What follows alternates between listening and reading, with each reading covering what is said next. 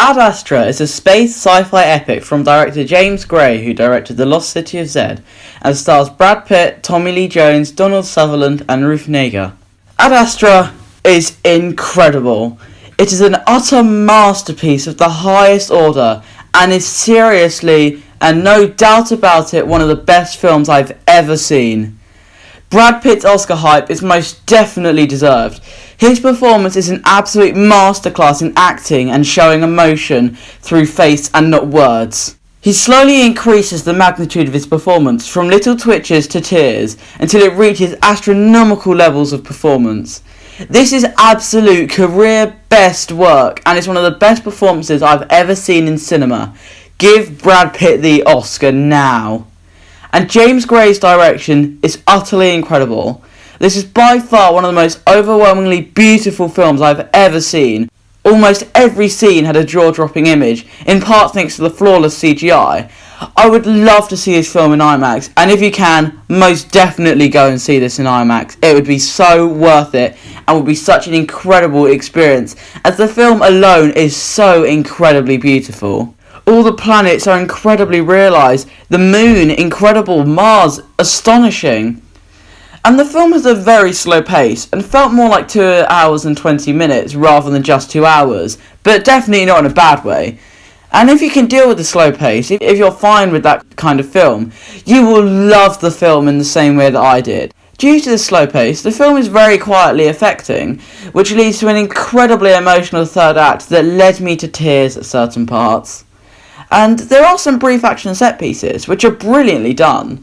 In particular, the moon buggy chase scene was brilliantly intense due to some very claustrophobic sound design and James Gray's, once again, phenomenal direction.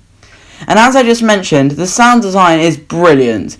It comes up with a space gun shooting sound that's like Star Wars, but deeper, harsher, stronger, and more impactful. The sound of silence as well when Roy was in isolation was very affecting, as well as the echoes and the sound of talking through space helmets really added to two crucial third act scenes.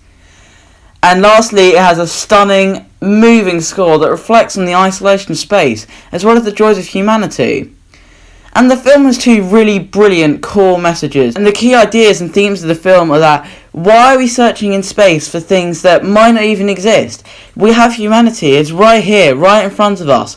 We should be focusing on that because that is what matters and that's what's important. It's probably going to be a few thousand years before we find aliens, so why focus on that when focusing on what's right in front of us and what matters the most? And the other key theme of the film, which reflects on for almost the whole thing, is the need for a father figure in someone's life, as it's utterly destroying Brad Pitt's character in ways I don't want to give away as they're spoilers. It's a very emotional film with really, really beautiful moments and certain scenes between characters. Brad Pitt deserves the Oscar. He carries the whole film because it's basically down to just him and him alone. And because of all these reasons, I'm going to give Ad Astra a 10 out of 10. If you can put up with the slow pace, you will love it and see it as a masterpiece. And this is seriously one of the best films I've ever seen, and I really mean that.